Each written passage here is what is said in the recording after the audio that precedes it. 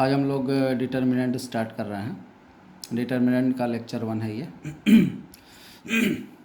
Matrix जो हम लोगों ने पढ़ी है उसमें बहुत से डिटर्मिनेंट के पॉइंट्स ऑलरेडी डिस्कस किए जा चुके हैं। जैसे डिटर्मिनेंट आप अगर एनसीईआरटी से जो लोग board preparation point of view से इस वीडियो को देखेंगे तो उनके लिए है कि आप डिटर्मिनेंट के क्वेश्चंस में जैसे आपको माइनर मिलेगा, कोफैक्टर मिलेगा, तो जो मैट्रिक्स में हम लोग माइनर कोफैक्टर पढ़े हुए हैं वैसे ही वहाँ पे भी माइनर कोफैक्टर वगैरह निकालेंगे। मेन हम लोग यहाँ पे जो डिस्कशन करने जा रहे हैं डिटर्मिनेंट में, डिटर्मिनेंट की प्रॉपर्टी पे डिस्कशन होगा और डिटर्मिनेंट कैसे सॉल्व किया जाता है बाई प्रॉपर्टी मेथड, जो ऑलरेडी हमने मैट्रिक्स चैप्टर में बोला था कि 4 नंबर का एक क्वेश्चन डिटर्मिनेंट सॉल्व करने को आपके बोर्ड एग्ज़ाम में रहता है।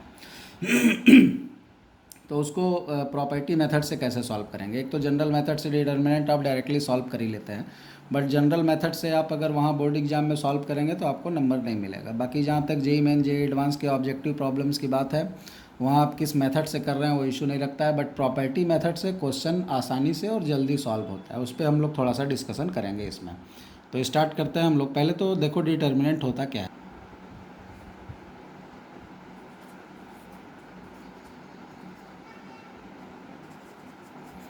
Determinant of a square matrix is the sum of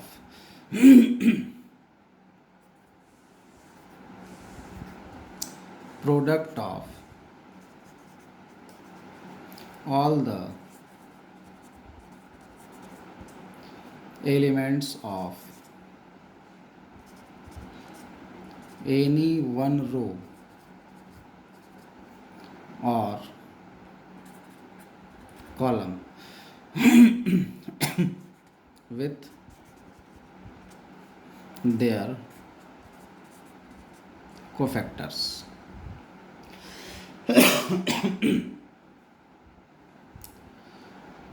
क्या मतलब हुआ, मान लो एक कोई मैट्रिक्स है, ठीक है। इफ ए बी अ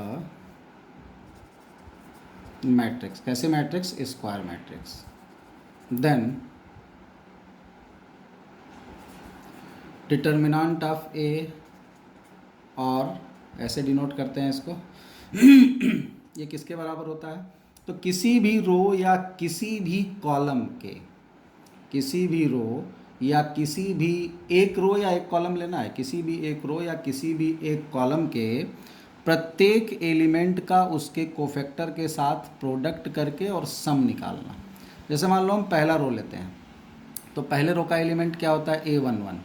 अब A11 का कोफैक्टर क्या होगा, C11। अब इसमें क्या ऐड करेंगे, अब इसमें ऐड कर देंगे अगला एलिमेंट रो का, रो ले रहे हैं तो A12 और इसका कोफैक्टर क्या हो जाएगा, C12 प्लस A13 C13 और जितने भी एलिमेंट रहेंगे इसके रो में वो सारे, ठीक है। ये किसके रिस्पेक्ट में एक्सपेंड किया गया, विथ रिस्पेक्ट टू R1। ये रो 1 के रिस्पेक्ट में एक्सपेंड किया गया। क्या मतलब है, जैसे हम लोग के पास मान लो कि एक मैट्रिक्स है, मैट्रिक्स है A11 A12 A13 A21 A22 A23 A31 A32 A33। अब सपोज कर लो इस मैट्रिक्स का, यही मान लो मैट्रिक्स ए है, ठीक है।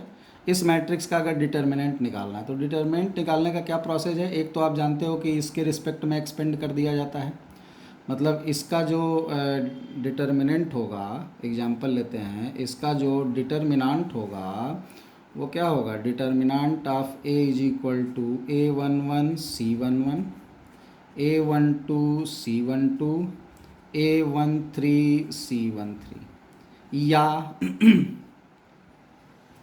ये भी हो सकता है, या आप सेकेंड रो के रिस्पेक्ट में कर सकते हो A21। तो अगर सेकेंड वाला रो लोगे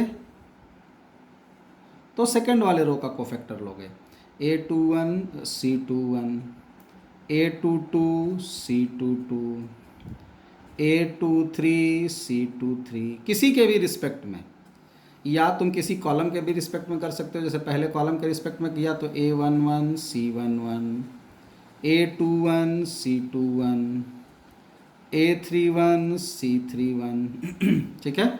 ये सभी ये किसके रिस्पेक्ट में है, विद रिस्पेक्ट टू R1। ये किसके रिस्पेक्ट में है, विद रिस्पेक्ट टू R2। ये किसके रिस्पेक्ट में है, विद रिस्पेक्ट टू C1। मतलब आप किसी भी रो या किसी भी कॉलम के एलिमेंट का उसके कोफैक्टर के साथ मल्टीप्लाई करते जाइए और ऐड कर दीजिए किसी एक रो या किसी एक कॉलम का, तो जो न्यूमेरिकल वैल्यू मिलेगी वही न्यूमेरिकल वैल्यू क्या इंडिकेट करती है, उस मैट्रिक्स के डिटर्मिनेंट को इंडिकेट करती है। ठीक है। तो ये डिटर्मिनेंट की एक्यूरेट या एक्चुअल डिफिनीशन है जिसको हम लोग लिख सकते हैं कि व्हाट इज़ डिटर्मिनेंट। तो इस तरीके से डिटर्मिनेंट को एक्सप्लेन किया जा सकता है। अब हम लोग बात करते हैं कुछ प्रॉपर्टीज़ की कि डिटर्मिनेंट की क्या क्या प्रॉपर्टीज़ होती हैं, और बाद में हम लोग उस प्रॉपर्टी के आधार पर डिटर्मिनेंट सॉल्व कैसे किया जाता है विदाउट दिस मेथड। ये तो एक्सप्लेन करने का एक मेथड हो गया डिटर्मिनेंट सॉल्व करने का, बट बिना इस मेथड के डायरेक्टली हम लोग किस तरीके से प्रॉपर्टी मेथड से डिटर्मिनेंट सॉल्व करेंगे, थोड़ा सा इसको सिंप्लीफाई कैसे करेंगे, उन सब चीज़ों पे चर्चा करेंगे, जिससे 4 नंबर का एक क्वेश्चन आपके बोर्ड एग्जाम में रहता है। तो प्रॉपर्टीज़ देखो। सबसे पहले कुछ छोटी छोटी प्रॉपर्टीज से स्टार्ट करते हैं। If all the elements of any row और column are zero, then determinant of that matrix also will be 0। अगर मान लो कि सारा एलिमेंट किसी एक रो या किसी एक कॉलम का अगर 0 हो जाता है तो डिटर्मिनेंट भी क्या होगा, 0 हो जाएगा। ठीक है। जैसे कहने का क्या मतलब है, मान लो कि हम यहाँ पर एक डिटर्मिनेंट लेते हैं ए, डिटर्मिनेंट मैट्रिक्स को डिटर्मिनेंट बना लिया 1 2 -1 0 0 0 1 3 7। अगर कोई पूछे कि इसका रिजल्ट क्या आएगा तो इसका रिजल्ट 0 आएगा। क्यों 0 आएगा, क्योंकि एक रो जो R2 है इसका सारा एलिमेंट क्या हो गया है, 0 हो गया है। तो किसी भी रो या किसी भी कॉलम का अगर सारा एलिमेंट 0 हो जाता है तो उसके डिटर्मिनेंट की वैल्यू 0 आती है। ठीक है। दूसरी प्रॉपर्टी है इफ 2 रोज और कॉलम्स। एक चीज़ यहाँ पे थोड़ा सा रुक के बता देते हैं, जितनी भी ये प्रॉपर्टीज़ हम पढ़ने जा रहे हैं नीचे, जितनी भी प्रॉपर्टी, उन सभी प्रॉपर्टी में एक चीज़ ध्यान रखना, जहाँ पे हम रो बोल रहे हैं, जहाँ पे हम रो बोल रहे हैं वो सारी बातें कॉलम के लिए भी ट्रू होंगी। इसीलिए हम रो और कॉलम लिख रहे हैं, रो में भी सही होगा कॉलम में भी सही होगा। ठीक है। यहाँ पर भी देखो हमने रो और कॉलम लिखा है। तो इस चीज़ को ध्यान में रखना कि अगर कहीं पर गलती से मान लो प्रॉपर्टी लिखते समय हम रो और कॉलम न लिख के केवल रो लिख दें या केवल कॉलम लिख देते हैं, तो इस बात को ध्यान रखना कि जो प्रॉपर्टी रो के लिए ट्रू होगी वो प्रॉपर्टी एज यूजुअल कॉलम के लिए भी ट्रू होगी। अलग से उस पर कोई डिस्कशन नहीं होगा। वैसे हम कोशिश करेंगे कि हम हर जगह रो कॉलम लिखते रहें, फिर भी इन द केस अगर कहीं पे छूट जाता है तो आप दिमाग में अपने इसको रखिएगा। इफ़ 2 रोज और columns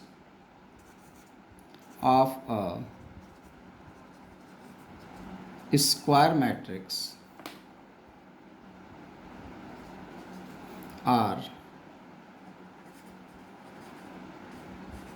identical or in same proportion, same proportion then again its determinant will be 0। क्या कहने का मतलब है कि मान लो आपके पास किसी डिटर्मिनेंट का A B C lambda A lambda B lambda C alpha beta gamma, इसका रिजल्ट सीधे 0 आएगा। क्यों जीरो आएगा? क्योंकि पहला रो और दूसरा रो दोनों सेम प्रपोर्शन में है, ठीक है। पहला रो और दूसरा रो सेम प्रपोर्शन में है, या तो एलिमेंट सेम हो जाए ए बी सी तब भी जीरो होगा। हमने ऊपर लिखा है या तो आइडेंटिकल हो जाए या सेम प्रपोर्शन में हो जाए। यहाँ हमने सेम प्रपोर्शन लिखा, सेम प्रोपोर्शन में ना है। ए यहाँ भी लेमडा है, यहाँ भी लेमडा है, यहाँ भी lambda C, lambda A lambda भी लेमडा सी, मतलब ए फर्स्ट वाला जो रो है वो सेकंड वाला जो रो है वो फर्स्ट वाले रो का लैम्डा मल्टीपल है, ठीक है, यानी सेम प्रोपोर्शन में है। A by lambda A, B by lambda B, C by lambda C, तो 1/λ 1/λ 1/λ तीनों सेम आ रहा है, इसी को बोलते हैं सेम प्रोपोर्शन। तो इससे हमें वैल्यू क्या हो जाएगी उस डिटर्मिनेंट की? ज़ीरो हो जाएगी, ठीक है। एक प्रॉपर्टी और देखो, प्रॉपर्टीज़ को ध्यान से समझते रहिए, प्रॉपर्टीज़ ढेर सारी हैं, डिटेल में समझते चलेंगे।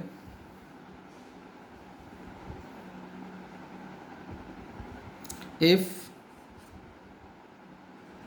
We interchange the two rows or columns of a square matrix then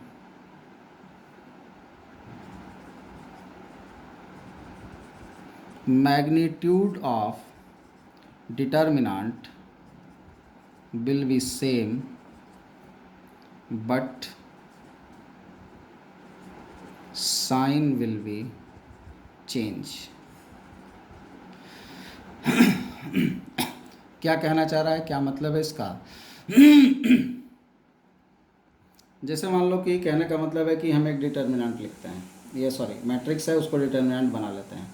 यहाँ मान लो ए बी सी लिखा हुआ है, यहाँ मान लो एक्स वाई जेड लिखा हुआ है, यहाँ मान लो अल्फ़ा बीटा गामा लिखा हुआ है, ये डिटर्मिनेंट है। अगर मान लो हम यहाँ पर रो चेंज कर देते हैं, कोई भी दो रो या कोई भी दो कॉलम, जैसे पहले रो को दूसरे जगह लिख दो, दूसरे को पहले पे लिख दो, तो एक्स वाई जेड हो गया, ए बी सी हो गया, और ये अल्फ़ा बीटा गामा सेम रह गया। मतलब केवल दो रो चेंज किया, ये वाला यहाँ लिख दिया और ये वाला यहाँ, मतलब किया क्या, R1 के जगह R2 लिख दिया और R2 के जगह R1 लिख दिया।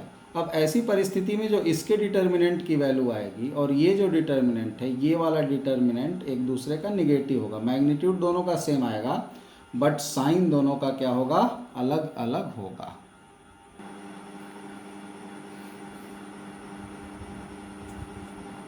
अगली प्रॉपर्टी देखो, अगर दो मैट्रिक्स के प्रोडक्ट का डिटर्मिनेंट निकाल रहे हैं तो वो अलग अलग डिस्ट्रीब्यूट किया जा सकता है। यानी दो मैट्रिक्स का प्रोडक्ट करके डिटर्मिनेंट निकालो या डिटर्मिनेंट निकाल करके प्रोडक्ट करो, कोई फ़र्क नहीं पड़ता, ठीक है। पांचवी प्रॉपर्टी, किसी भी मैट्रिक्स के ट्रांसपोज का डिटर्मिनेंट और खुद उस मैट्रिक्स का डिटर्मिनेंट सेम होता है। इस प्रॉपर्टी का हम ऑलरेडी क्वेश्चन में भी यूज़ किए हुए थे और बोले थे आगे डिस्कस करेंगे।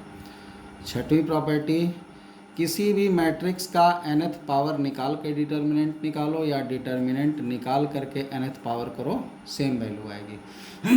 ये प्रॉपर्टी भी काफ़ी यूज़फुल है। कई जगह पे आपको मैट्रिक्स का प्रोडक्ट कर करके 3-4 बार और तब डिटर्मिनेंट निकालना होता है, तो प्रोडक्ट करने में टाइम वेस्ट होता है। तो आप एक का डिटर्मिनेंट निकाल करके और सीधे उसका पावर कर दो, उससे भी रिजल्ट वही आएगा।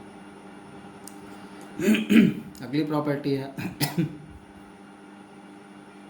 If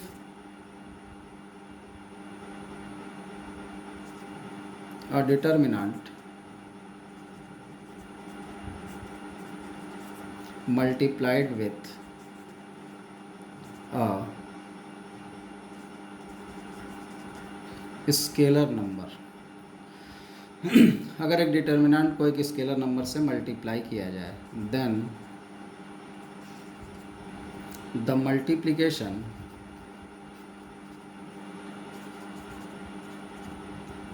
exists in any one row or any one column only। जैसे मैट्रिक्स में जब हम लोग मल्टीप्लाई कर रहे थे तो मैट्रिक्स के मल्टीप्लिकेशन के टाइम में हम लोगों ने एक चीज़ देखी थी, जब मैट्रिक्स में मल्टीप्लिकेशन हो रहा था तो उस सिचुएशन में उस एलिमेंट का मल्टीप्लाई मैट्रिक्स के हर एलिमेंट में हो रहा था।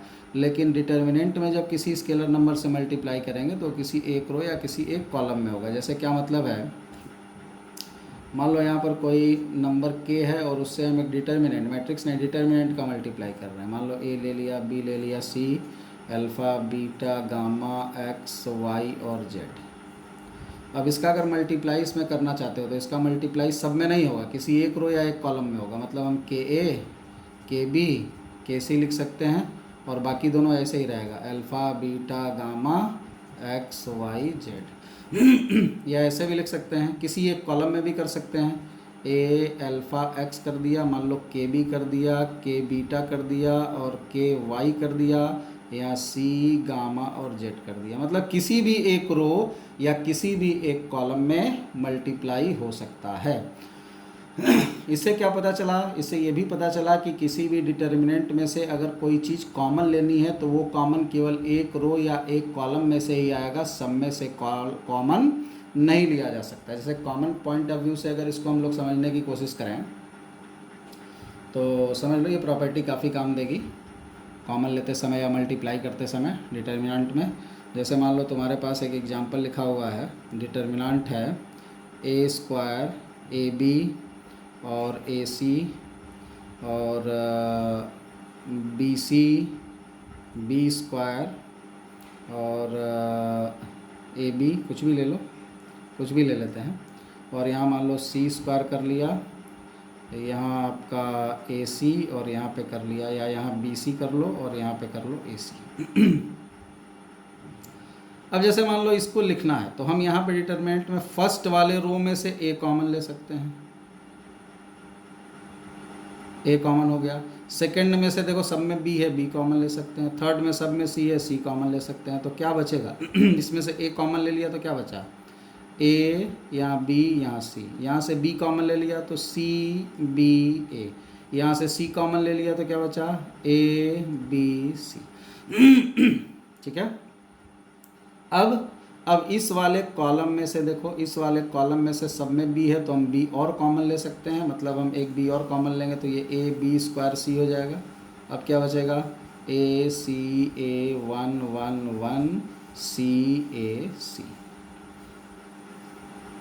बात समझ में आ रही है। तो इस तरीके से हम लोग किसी एक रो या किसी एक कॉलम से ही कॉमन लेते हैं। कारण क्या है, क्योंकि जब हम लोग मल्टीप्लाई करते हैं तो एक ही रो या एक ही कॉलम में मल्टीप्लाई होता है, तो कॉमन लेते समय भी इस सिचुएशन को ध्यान में रखा जाएगा।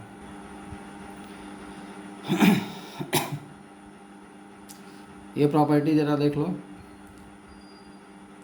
ए plus alpha B plus beta C plus gamma X Y Z P Q R. अगर दो किसी भी रो का जो एलिमेंट है या किसी भी कॉलम का अगर एलिमेंट है वो दो दो एलिमेंट के सम के फॉर्म में है तो वो दो पार्ट में ब्रेक हो जाता है अलग अलग, प्लस एक बार में एक रो ब्रेक किया जाता है। जैसे देखो यहाँ ए बी सी पहले है तो ए बी सी ले लिया, दूसरा और तीसरा रो वैसे ही रह गया, और फिर अल्फ़ा बीटा गामा अलग प्लस करके लिख लिया और थर्ड रो सेम रह गया। यहाँ पर देखो जैसे इस एग्जाम्पल में यहाँ पर फर्स्ट रो में भी प्लस प्लस दो दो एलिमेंट हैं, सेकंड में भी दो दो हैं। तो क्या करेंगे, पहले फर्स्ट वाले रो के लिए तोड़ेंगे, तो फर्स्ट वाले रो के लिए तोड़ेंगे तो क्या होगा, A1 A2 A3 आ जाएगा, फिर दूसरे वाले में B1 B2 B3 और बीच में प्लस लग जाएगा, और बाकी सेकंड रो और थर्ड रो सेम रह जाएगा। अब फिर यहाँ पर क्या करेंगे, अब यहाँ पर फिर से सेकंड रो को तोड़ेंगे, तो सेकंड रो यहाँ तोड़ेंगे तो सेकंड रो दो पार्ट में टूटेगा। एक बार अल्फ़ा 1 अल्फ़ा 2 अल्फ़ा 3 रह जाएगा, एक बार बीटा 1 बीटा 2 बीटा 3 रह जाएगा, और फर्स्ट रो और थर्ड रो सेम रह जाएगा।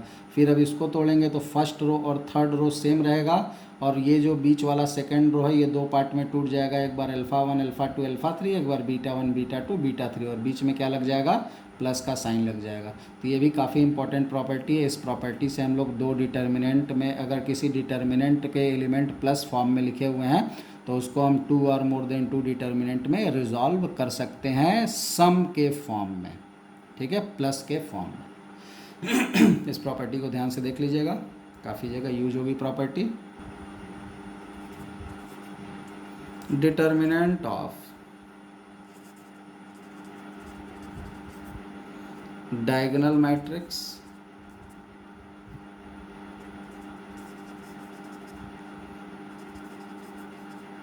Scalar matrix and triangular matrix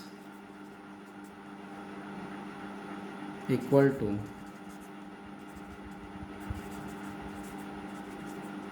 product of diagonal elements.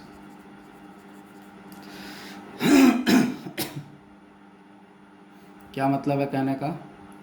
ये कहना चाह रहा है कि मान लो कि तुम्हारे पास कोई मैट्रिक्स है, कैसी? डायगोनल। डायगोनल मैट्रिक्स मतलब क्या? ए बी सी और बाकी एलिमेंट 0 0 0 0 0 0 0। ये मैट्रिक्स का हमने डिटर्मिनेंट बना लिया।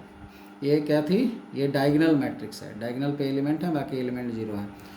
तो ऐसी मैट्रिक्स जो होगी, इसका जो डिटर्मिनेंट का वैल्यू होगा वो किसके बराबर होगा? Product of diagonal element. Diagonal elements के प्रोडक्ट के बराबर होगा। ठीक है। ऐसे ही अगर मान लो ए बी सी है, यहाँ मान लो 0 0 0 है, यहाँ मान लो H G F है। कैसी मैट्रिक्स हो गई? ये लोअर ट्रायंगुलर मैट्रिक्स हो गई, क्योंकि डायगोनल के ऊपर का एलिमेंट 0 है। तो लोअर ट्रायंगुलर मैट्रिक्स में भी उसका रिजल्ट क्या होता है? डिटर्मिनेंट का डायगोनल एलिमेंट का प्रोडक्ट होता है। यहाँ पे क्या है, उससे कोई मतलब नहीं होता। डायगोनल के एलिमेंट का प्रोडक्ट, इसका भी रिजल्ट कितना आ जाएगा? A B C. Scalar matrix में भी डायगोनल का एलिमेंट प्रोडक्ट में आ जाएगा, डिटर्मिनेंट अगर निकालेंगे तो। तो डायगोनल मैट्रिक्स, स्केलर मैट्रिक्स या ट्रायंगुलर मैट्रिक्स का जो डिटर्मिनेंट होता है वो डायगोनल एलिमेंट्स जो होते हैं, जो डायगोनल वाले एलिमेंट होते हैं, उनके प्रोडक्ट के इक्वल होता है। ठीक। अगली प्रॉपर्टी देखो, ये प्रॉपर्टी भी पीछे हम लोग डिटर्मिनेंट में पढ़ चुके हैं मैट्रिक्स में। The determinant of skew symmetric matrix of odd order. Odd order का अगर स्क्यू सिमेट्रिक मैट्रिक्स है, the determinant of skew symmetric matrix of odd order will be 0। कोई भी ऑड ऑर्डर का स्क्यू सिमेट्रिक मैट्रिक्स है, जैसे मान लो हम यहाँ पे एक मैट्रिक्स बना लेते हैं, उसका डिटर्मिनेंट लिख लेते हैं। मैट्रिक्स नहीं लिख रहे हैं, सीधे डिटर्मिनेंट लिख रहे हैं। तो स्क्यू सिमेट्रिक है तो डायगोनल एलिमेंट 0 होंगे। स्क्यू सिमेट्रिक की प्रॉपर्टी आप पढ़ चुके हो। यहाँ मान लो H हो गया, -G हो गया, F हो गया, तो यहाँ एलिमेंट जो आएगा वो -H होगा, यहाँ पे G होगा और यहाँ -F होगा। ये कैसी मैट्रिक्स हो गई? तो ये स्क्यू सिमेट्रिक मैट्रिक्स का डिटर्मिनेंट है। क्या साइज है? 3×3। तो ऑर्डर क्या हो गया? 3। ऑर्डर 3 मतलब ऑड ऑर्डर हो गया। तो इसका जो डिटर्मिनेंट निकलेगा उसकी वैल्यू क्या होगी? 0 होगी। तो स्क्यू सिमेट्रिक मैट्रिक्स अगर ऑड ऑर्डर का है तो उसका डिटर्मिनेंट हमेशा 0 होता है। प्रॉपर्टी ये भी ध्यान में रखिएगा। एक और प्रॉपर्टी है, इसको भी ऑलरेडी हम लोग यूज़ कर चुके हैं पहले। Determinant of inverse of a matrix is equal to 1 determinant of the matrix. किसी भी मैट्रिक्स के इनवर्स का डिटर्मिनेंट जो होता है उसके डिटर्मिनेंट के रेसिप्रोकल के इक्वल होता है। ये भी प्रॉपर्टी इंपॉर्टेंट है, इस प्रॉपर्टी को भी ध्यान में रखिएगा। अब कुछ कैलकुलस पॉइंट ऑफ व्यू से रिलेटेड प्रॉपर्टीज़ को हम लोग डिस्कस करते हैं, उसके बाद कुछ और आगे बात करेंगे। किसी डिटर्मिनेंट का डिफरेंशिएशन, मान लो अपने पास एक डिटर्मिनेंट लिखा हुआ है डेल्टा एक्स। क्या है वो डिटर्मिनेंट? वो है F X, G X, H X, alpha X, beta X, gamma X, P X, Q X, R X. हमसे कहा गया कि इसका डिफरेंशिएशन करना है एक्स के रिस्पेक्ट में। तो जो डिफरेंशिएशन होता है किसी डिटर्मिनेंट का वो कैसे होता है? कैसे करते हैं? एक रो या एक कॉलम को एक बार में डिफरेंशिएट किया जाता है। एक बार में एक रो या एक कॉलम को डिफरेंशिएट किया जाता है, फिर प्लस दूसरे को किया जाता है, फिर प्लस तीसरे को। यानी डिफरेंशिएशन ऑफ फर्स्ट रो या कॉलम लिख रहे हैं, दोनों नहीं, या तो रो या तो column, plus differentiation of second row या column plus differentiation of third row या कॉलम। क्या मतलब है इसका? जैसे यही डिफरेंशिएशन अगर यहाँ निकालना है तो सबसे पहले हम फर्स्ट वाले रो का डिफरेंशिएशन करेंगे, तो क्या हो जाएगा F dash X G dash X H dash X plus second row शुरू कर दिया तो रो करेंगे, कॉलम शुरू कर दिया तो कॉलम करेंगे, ठीक है। यानी कि एक जगह रो कर दिया एक जगह कॉलम, ऐसा नहीं एक बार में एक रो शुरू किया तो रो करेंगे, कॉलम शुरू किया तो कॉलम। इस बार सेकेंड वाले रो को करेंगे alpha dash X beta dash X gamma dash X plus तीसरे वाले को करेंगे P dash X Q dash X R dash X, और बाकी सेम रहेंगे। जैसे फर्स्ट वाले को जब करेंगे तो सेकंड थर्ड सेम रहेगा, alpha X beta X gamma X P X Q X R X. यहाँ सेकेंड रो को डिफ्रेंशिएट किया तो फर्स्ट वैसे ही रहेगा, F X G X H X P X Q X और आर एक्स। यहाँ थर्ड रो को किया तो फर्स्ट सेकंड वैसे ही रहेगा, F X G X H X alpha X beta X gamma X, ठीक है। तो एक डिटर्मिनेंट बनाएंगे, फर्स्ट रो को डिफ्रेंशिएट करेंगे, सेकंड थर्ड सेम रहेगा, फिर प्लस सेकंड रो को डिफ्रेंशिएट करेंगे, फर्स्ट और थर्ड सेम रहेगा, फिर प्लस थर्ड को डिफ्रेंशिएट करेंगे, फर्स्ट और सेकंड सेम रहेगा। इस तरीके से हम लोग किसी भी डिटर्मिनेंट का डिफ्रेंशिएशन कर सकते हैं। इंटीग्रेशन ऑफ डिटर्मिनेंट में क्या है इंटीग्रेशन में थोड़ी सी एक प्रॉब्लम आती है। जैसे हम लोग अभी डिफ्रेंशिएशन कर रहे थे तो डिफ्रेंशिएशन में क्या किया कि फर्स्ट वाले रो को कर लिया, फिर प्लस सेकंड वाले को कर लिया, फिर प्लस थर्ड वाले को कर लिया। यहाँ पे ऐसा नहीं कर सकते। यहाँ पर इंटीग्रेशन डायरेक्टली तभी किया जा सकता है जब वेरिएबल केवल एक रो या एक कॉलम के अंदर मौजूद हो और बाकी सारे एलिमेंट कांस्टेंट हो। जैसे मान लो हमारे पास एक एग्जांपल है डेल्टा एक्स, यहाँ पर एफ एक्स हो गया, जी एक्स हो गया और एच एक्स हो गया, ठीक।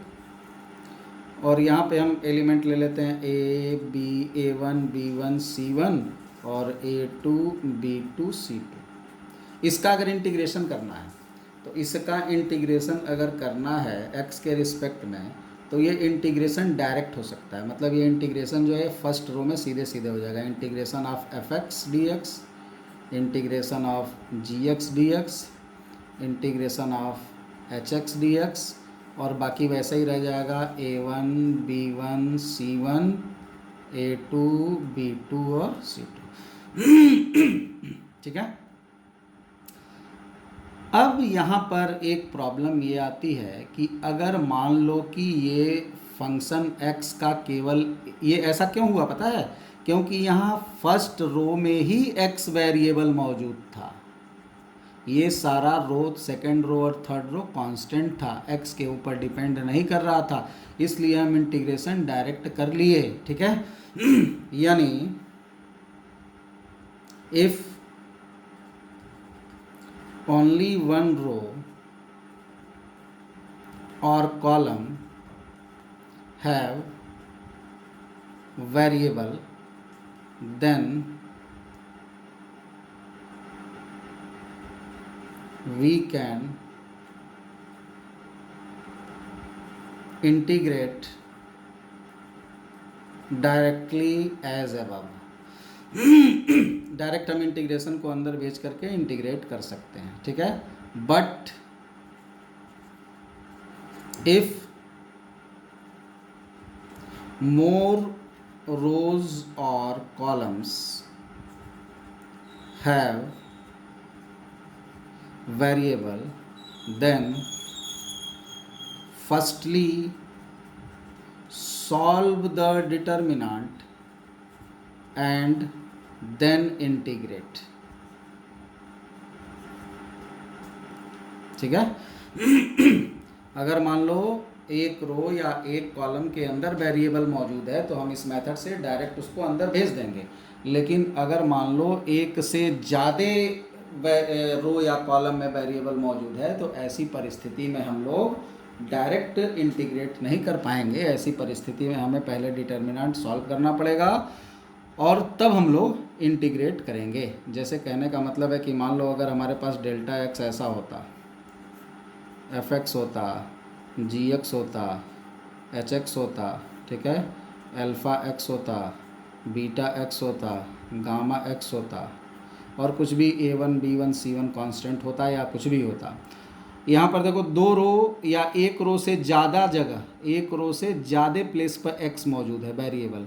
अब यहाँ पे integration delta x D x ये अगर हमको फाइंड करना है तो कैसे फाइंड होगा? Can not find directly find नहीं कर सकते। क्या करना पड़ेगा? First solve determinant then find. पहले डिटर्मिनेंट सॉल्व करेंगे ये पूरा और तब जो रिजल्ट आएगा यूनिक रिजल्ट उसको इंटीग्रेट किया जाएगा। यानी सिंपल सी बात यह है कहने की कि इंटीग्रेशन डायरेक्टली डिटर्मिनेंट के अंदर तभी जाएगा जब एक रो या एक कॉलम में वेरिएबल मौजूद होगा। एक रो से ज़्यादा जगह या एक कॉलम से ज़्यादा जगह अगर वेरिएबल मौजूद है तो वो इंटीग्रेशन डायरेक्ट यहाँ डिस्ट्रीब्यूट नहीं हो सकता है। ऐसी परिस्थिति में पहले आपको डिटर्मिनेंट को सॉल्व करना पड़ेगा और तब इंटीग्रेट करना पड़ेगा। डिफरेंशिएशन में तो सीधे सब में चला जा रहा था, अलग अलग पहले रो को फिर दूसरे रो को फिर तीसरे रो को इंटीग्रेट करके प्लस कर दे रहे, डिफरेंशिएट करके प्लस कर दे रहे थे। इंटीग्रेशन में ऐसी कोई सुविधा उपलब्ध नहीं है। अब बात आती है समेशन की, ठीक है। For summation using same concept as integration. Summation में भी इंटीग्रेशन जैसा ही कॉन्सेप्ट यूज होता है। जैसे यहाँ मान लो एक मैट्रिक्स है, डिटर्मिनेंट है, उस डिटर्मिनेंट में डेल्टा n लिखा हुआ है और n जो है वो केवल एक कॉलम या एक रो में मौजूद है और हमको यहाँ पे समेशन फाइंड करना है डेल्टा n का n बराबर 1 से लेके n तक। तो ऐसी परिस्थिति में हम लोग यहाँ पे समेशन को अंदर भेज सकते हैं क्योंकि वेरिएबल केवल एक जगह मौजूद है। अगर एक से ज़्यादा जगह वेरिएबल मौजूद होगा n तो वहाँ पर समेशन अंदर नहीं जाएगा, पहले सॉल्व करना पड़ेगा डिटर्मिनेंट को और तब जा कर के हम समेशन कर पाएंगे। तो हम लोग इस तरीके से समेशन को लिख सकते हैं और समेशन अंदर डिस्ट्रीब्यूट हो जाएगा क्योंकि केवल एक रो के अंदर ही वेरिएबल मौजूद है। एक से ज़्यादा रो में वेरिएबल मौजूद होगा can not take place. Okay.